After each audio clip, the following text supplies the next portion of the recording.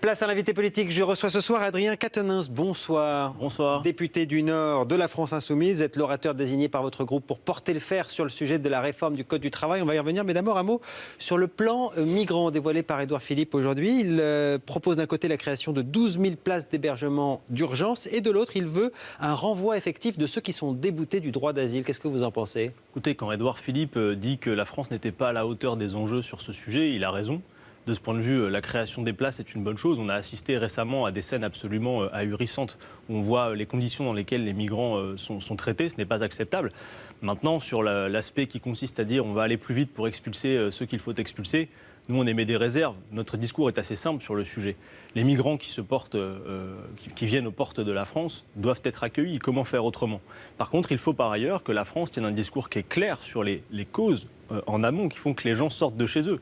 Bien souvent, c'est la question des guerres, aussi des raisons économiques et des accords commerciaux inégaux. Donc la France peut porter une parole pour faire en sorte que les gens n'aient pas à sortir de chez eux. Qu'est-ce qui vous ennuie dans le renvoi des déboutés du droit d'asile ? Il faut voir dans quelles conditions ça se fait. Les gens qui viennent là viennent pour des raisons effectives.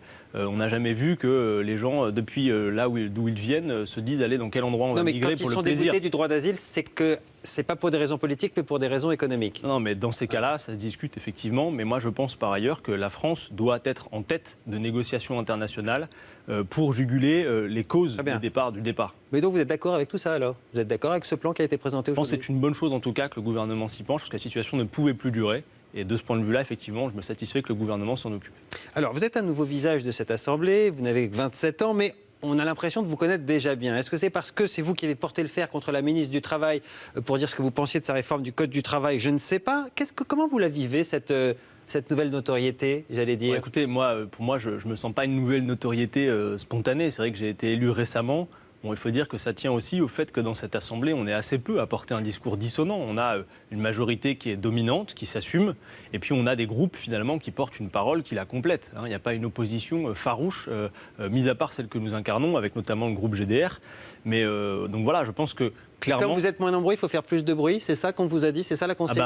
Non, c'est pas une consigne, c'est que de fait, si on veut se faire entendre, il faut qu'on essaye de ciseler le verbe correctement. C'est ce que j'ai essayé de faire pour ma part, et en tout cas, j'observe que nos interventions sont suivies attentivement dans l'hémicycle, et je m'en satisfais. Alors, vous êtes censé être l'incarnation d'une nouvelle façon de pratiquer la politique à l'Assemblée, sauf que vous avez porté plus d'une centaine d'amendements, la plupart de forme. Vous refusez les ordonnances, on sait très bien qu'Emmanuel Macron veut passer par ordonnance, il a même été élu avec l'accord des Français pour ça.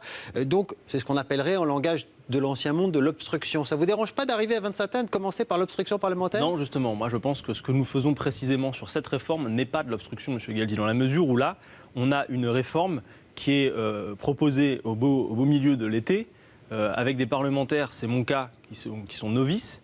Nous avions amendé le texte sans disposer des moyens pour le faire, pas de bureau, pas de collaborateurs. Donc là, on fait juste notre travail de parlementaire. Amender un texte, c'est quand même la moindre des choses. Alors après, le gouvernement veut aller vite. Il nous impose une course de vitesse et on a bien compris pourquoi.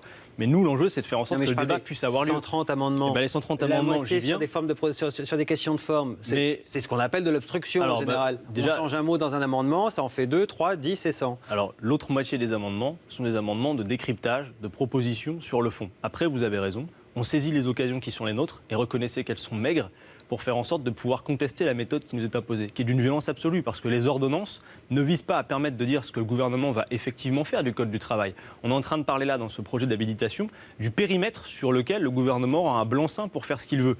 Donc reconnaissez qu'il y a besoin de débat, et le fait de déposer des amendements, et effectivement des amendements de suppression aussi, permettent de faire en sorte qu'on puisse intervenir pour chercher à convaincre dans cette Assemblée, c'est ce que nous faisons. Alors vous dites qu'il faut que ça dure le plus longtemps possible, parce qu'il faut que le débat ait le temps d'infuser, j'entends bien cet argument, mais du coup je ne comprends pas. Jean-Luc Mélenchon aujourd'hui, il me semblait pester sur le calendrier. Il disait c'est trop long, je ne pourrais pas être en circonscription vendredi le 14 juillet, on ne peut pas préparer nos vacances en famille. C'est étonnant comme argument avec l'enjeu que vous venez de donner. Non, parce que les deux ne sont pas incompatibles. Le fait qu'on puisse croiser le fer sur ce texte-là dans l'Assemblée n'est pas incompatible. Et pouvoir partir en vacances n'est pas incompatible avec le fait qu'on trouve raisonnable à un moment donné qu'on puisse retourner en circonscription pour le 14 juillet, surtout quand on est nouvellement élu. Et puis par ailleurs, on est dans le cadre d'une session extraordinaire.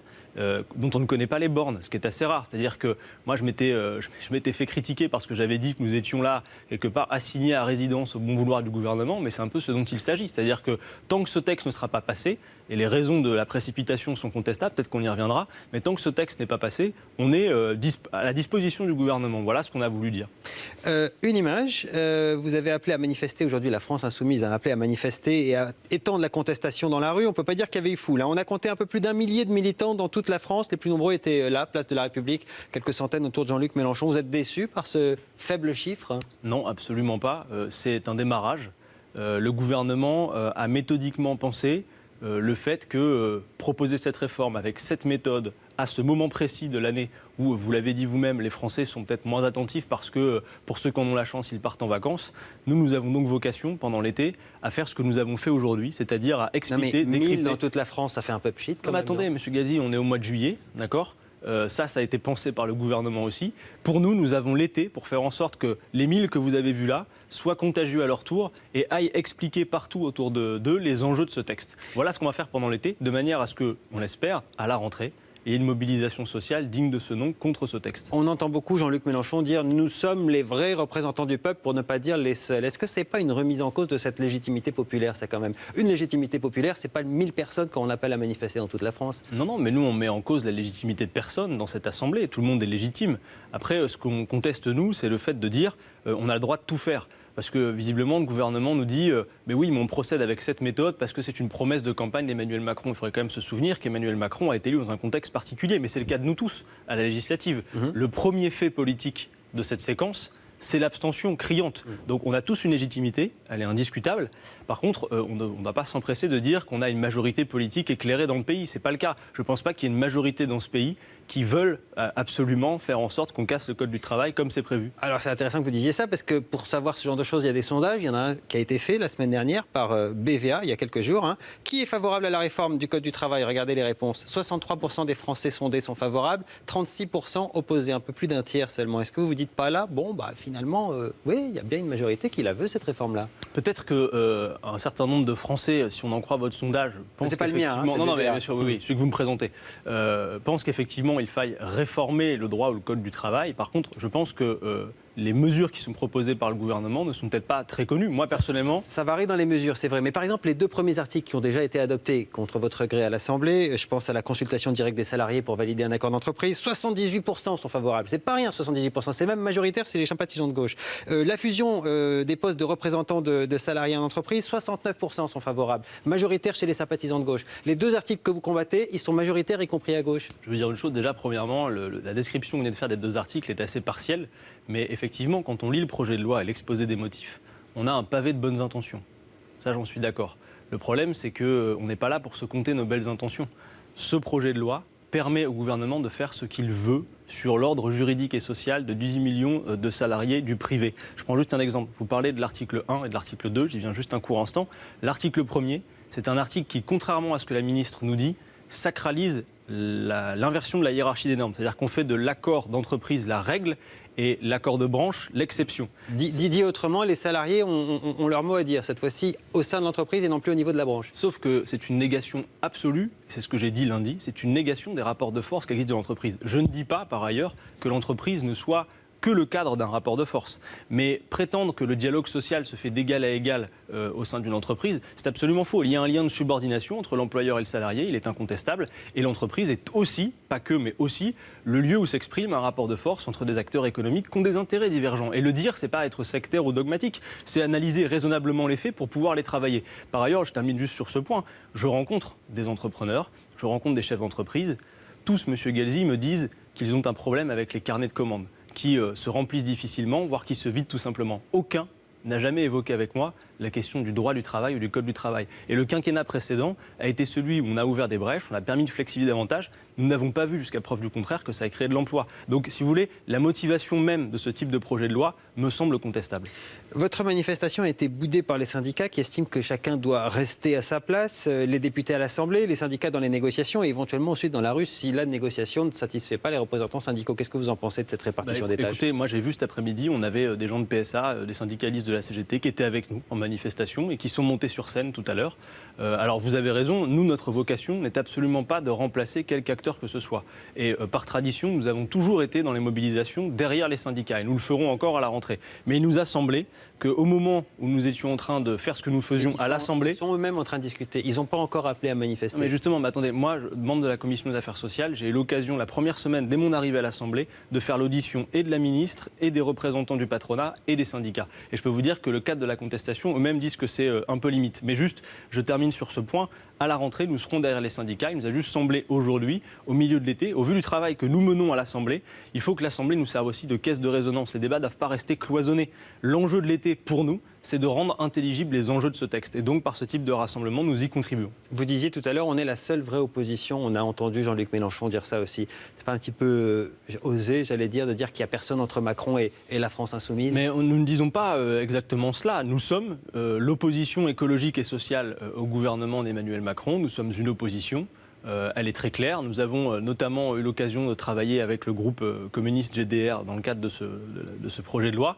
Après, honnêtement, vous avez dans l'Assemblée des groupes qui se prétendent d'opposition, qui de fait sont des alliés objectifs de la majorité. Je ne sais pas si vous avez vu les Constructifs, dont leur chef a été élu sans adversaire d'Emmanuel venant d'En Marche devant lui, et qui au dernier moment dit « nous sommes de l'opposition ». Honnêtement, leurs interventions dans l'Assemblée ne doivent pas trop inquiéter la majorité. Avec une opposition comme ça, on n'a pas besoin d'ennemis.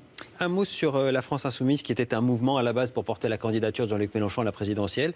Aujourd'hui, elle doit se transformer en parti. Et si oui, comment ? Alors, je ne pense pas qu'elle se transformera en parti politique. C'est vrai que vous avez raison, quand nous l'avons créée, c'était d'abord et avant tout pour mener la séquence politique qui vient de s'achever avec les législatives. Mais dès février 2016, nous avions dit qu'après l'élection présidentielle et législative, les signataires du mouvement, ces participants, auraient à décider de ce qu'il conviendrait de faire, pérenniser ou pas l'outil, et si le pérenniser, qu'en faire ? Nous allons avoir des rendez-vous prochainement qui vont décider de cela. Il y en a un à l'été, puis il y en aura un au mois d'octobre. Et effectivement, ça se discute. Certains sont pour une forme de structuration plus particulière. Moi, je pense que nous avons tout intérêt à rester dans le cadre d'un mouvement qui permet, porte et fenêtre ouverte, de faire venir toutes les personnes qui le désireraient. Vous êtes à l'Assemblée, on va parler du Sénat. Les sénateurs ont voté aujourd'hui l'interdiction des emplois familiaux pour les responsables politiques. C'est dans la loi de moralisation. Alors, ils l'ont voté pour les ministres. Ils ne veulent pas que les ministres puissent employer des membres de la famille. Ils l'ont voté pour les responsables d'exécutifs locaux. Ils ne l'ont pas voté pour eux-mêmes, pour les parlementaires. Qu'est-ce que vous en pensez ? C'est absolument irresponsable. Il y a une telle défiance dans le pays vis-à-vis du politique qu'on ne peut pas se permettre ce genre de comportement. Et même de belles intentions comme la loi de moralisation de la vie publique, on y viendra très rapidement, c'est un des prochains textes de loi qui va nous occuper. Je pense qu'on ne peut pas rester au milieu du gué sur ce type de réforme. Il faut aller vraiment au bout du chemin, parce qu'on ne pourra pas aller d'élection en élection en pérennisant un système qui est vraiment à bout de souffle. Nous avions proposé par exemple à M. Bayrou d'intégrer dans son projet de loi le droit de révoquer les élus. Ça nous semble être un moindre mal et le minimum, c'est-à-dire faire en sorte que les électeurs, dans une proportion qui serait suffisante, doivent pouvoir décider si un élu est ou pas dans la feuille de route sur laquelle il s'était engagé, s'il est exemplaire ou pas, et ça obligerait un petit peu les élus à l'exemplarité. En tout cas, nous aimerions pouvoir nous l'appliquer, et donc certainement, nous en ferons la proposition lors du passage de cette loi. Je le disais, ça s'est passé au Sénat, c'est peut-être pas exactement un hasard. Vous avez le sentiment qu'il n'y a pas assez de moins de 30 ans élus au Sénat aujourd'hui pour porter ces idées nouvelles dont vous dites qu'elles sont des idées nouvelles ? Mais je ne sais pas si les idées nouvelles tiennent à la jeunesse des personnages qui les tiennent, parce que moi, dans cette Assemblée, depuis maintenant 2 semaines, j'entends des personnes qui ont mon âge, qui sont jeunes, qui ont un discours qui est très très vieux, et qui est poussiéreux même, j'ai envie de le dire. Donc, j'allais vous poser la question, entre moins de 30 ans, il n'y a pas une affinité quand même, quelque chose de génération qui se passe ? Il y a une reconnaissance mutuelle, vous aviez raison de dire qu'il y a un renouvellement, et tant mieux, ça veut dire qu'il y a de la relève en politique, et que oui, des jeunes s'intéressent en politique, s'engagent, et plutôt correctement. Après, pour moi, ça ne tient pas uniquement à notre âge, ça tient au discours qui est porté. Et c'est sûr que réciter les mêmes discours que les anciens, c'est les imiter et ça n'a pas d'intérêt. Il faut un renouvellement aussi dans les idées. Merci en tout cas Adrien Quatennens d'être venu répondre à nos questions ce soir. On va se retrouver dans le Grand Décryptage pour parler d'une décision du tribunal administratif de Paris aujourd'hui qui dit que Google ne paiera pas le 1,1 milliard d'euros que l'État français lui réclamait en impôts. Pourquoi ? Est-ce que c'est un scandale ? Est-ce que nous serions les seuls idiots utiles, j'allais dire, pour Google du village numérique international ? On va se poser la question juste après la pause. À tout de suite.